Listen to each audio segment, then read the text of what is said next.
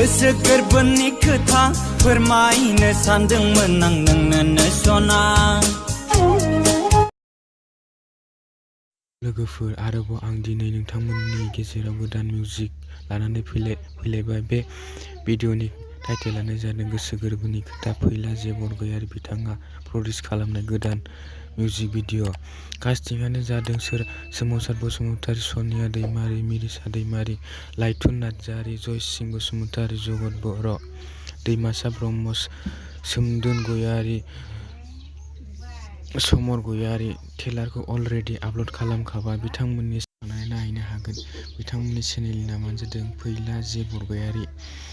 बिथांमोननि चेनेलाव साबस्क्राइब खालामाबा subscribe, like, share खालामनानै हो। आरो भिडिअ'खौ मोजां मोनोब्ला आंनि चेनेलखौबो लाइक, शेयार, साबस्क्राइब खालामना हो। आरो बे भिडिअ'आ जेब्ला फुल आपडेट ओंखारगोन अब्ला आं नोंसिनि सेराव फिन खनसे आपडेट खालामनानै होगोन।